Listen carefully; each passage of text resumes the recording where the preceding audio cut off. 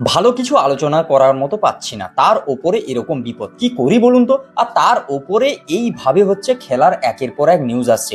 আর সব থেকে যেটা হচ্ছে মানে ঘটনা, সেটা বিপদ কেন বলছি, আরে দেখো বুঝতে পারবে। শ্রেয়াস আইয়ার যে হচ্ছে চোট পেয়েছে, সেটা ওডিআই অস্ট্রেলিয়ায় খেলতে গিয়ে সবাই বুঝে গেছে বস, ঠিক আছে, যে হ্যাঁ চোট পেয়েছে ছেলেটা, যে পরের ম্যাচে হয়তো চলে আসবে, সেরকম কোনো ব্যাপার নয়। কারণ এতটা কেন সিরিয়াসলি কেউ নেয়নি, তার কারণ হচ্ছে সেখানে বিরাট কোহলি আর রোহিত শর্মার পারফরমেন্স।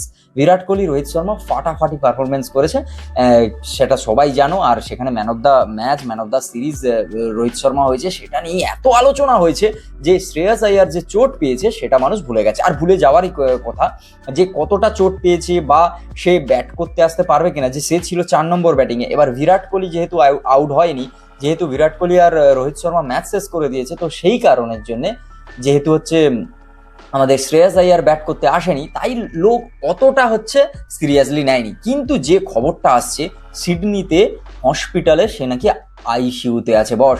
আর সব থেকে বড় কথা, একজন কতটা সিরিয়াস হলে যে আইসিইউ পর্যন্ত যায় সেটা আর বলার অপেক্ষা রাখে না। আর তার ওপরে শ্রেয়াস আইয়ারের মানে এখন অবস্থা সত্যিই খুব খারাপ। তার মানে পরিবারের লোককে এখান থেকে নিয়ে যাওয়া হচ্ছে সিডনিতে।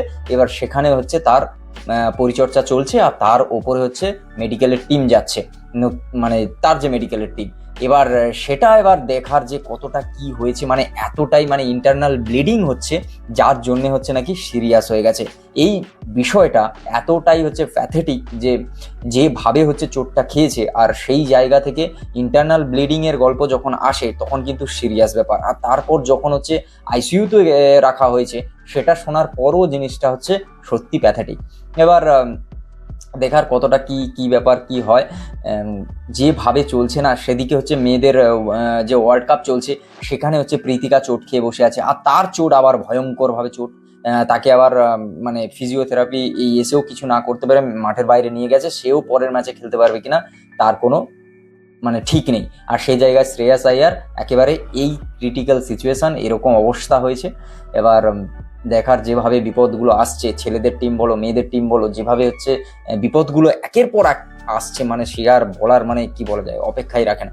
এবার দেখার যে হচ্ছে কেমন কি হয়, কতদিনে হচ্ছে রিকভার হয়, কিভাবে কি সুস্থ হয়, সেটা অবশ্যই খবর পেলে তোমাদের তো জানাবো। আর তোমরা নতুন হলে অবশ্যই সাবস্ক্রাইব করো, ফেসবুক থেকে দেখে থাকলে পেজটাকে ফলো করো, লাইক করো, বন্ধুদের সঙ্গে শেয়ার করো। আর ক্রিকেট প্রেমী মানুষ যারা আছে তাদেরকেই কেবলমাত্র শেয়ার করো, তাতে আরো বেশি মজা হবে।